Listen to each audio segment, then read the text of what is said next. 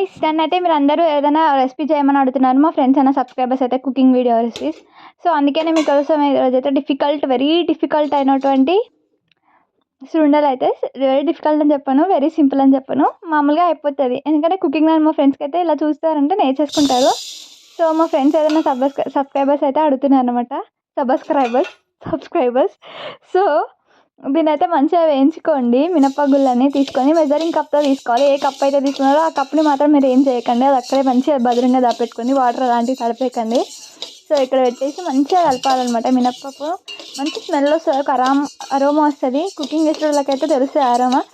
మీరైతే న్యూ కుకర్స్ అయితే కూడా స్మెల్ అయితే మంచిగా వస్తుంది, తెలిసిపోతుంది ఆ స్మెల్ వేగుతుంటేనే. అలా తెలియకపోతే ఇప్పుడు కొంచెం లైట్ బ్రౌన్ కలర్లో కూడా వస్తాయి అవి, అప్పుడు ఇంకా అర్థమైపోతుంది ఎవరికైనా కదా. సో ఇంకా వేయించుకుంటే చూపిస్తాను అవి ఎంత కలర్ కూడా వచ్చినాయి చూడండి. ఇప్పుడు మంచిగా కలర్ వచ్చేసినాయి కదా. సో ఇంకా దింపేసుకోవడమే. కొంచెం కాలుతుంటాయి, కొంచెం హ్యాండిల్ ఉతికేయాలి అనమాట.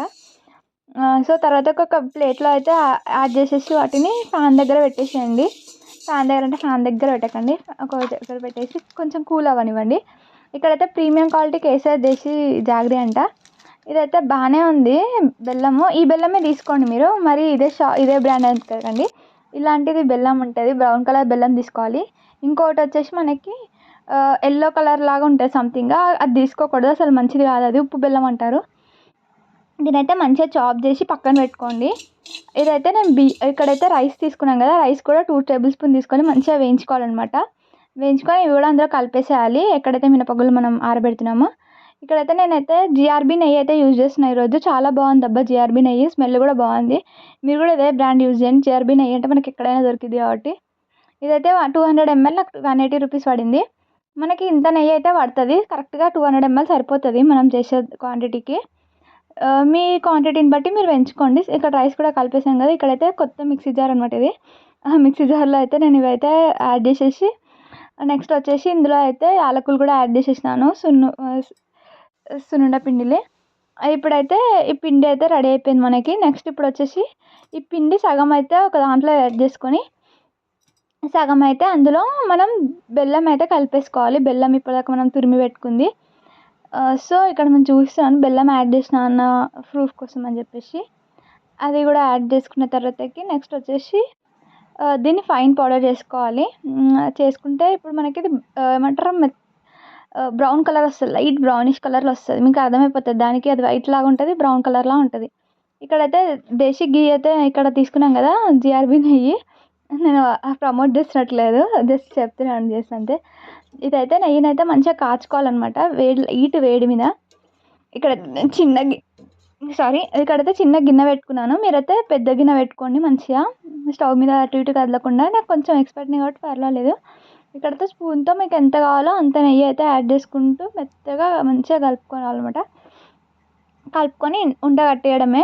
ప్రాక్టీస్ మేక్స్ ఉమెన్ పర్ఫెక్ట్ అబ్బా. నాకైతే ఫస్ట్ అయితే అంత సరిగ్గా రాలేదు, ఒక 2 ఉండలు చేసినప్పుడు. ఎందుకంటే నేను కూడా సెకండ్ టైమో థర్డ్ టైమో అంతే. నాకు ఎప్పుడైనా ఒకసారి వేసుకుంటాం కదా సున్నుండలు.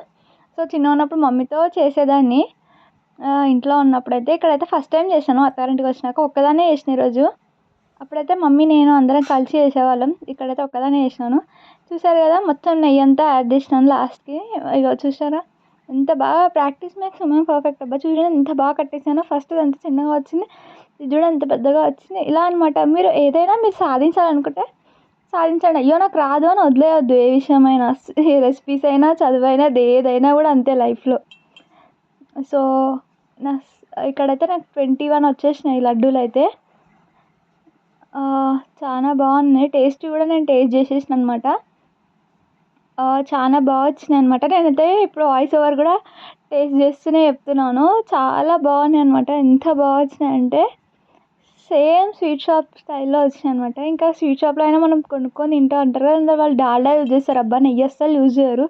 So better you try to make it home it self, ఓకేనా. ఆ తర్వాత అయితే నీట్గా వాటి మీద అయితే కాజు పెట్టేసి డెకరేట్ చేసేసి ఇక్కడ చూపిస్తున్నాను కదా, ఒకటి వచ్చి చూపిస్తే ఎంత బాగా వచ్చి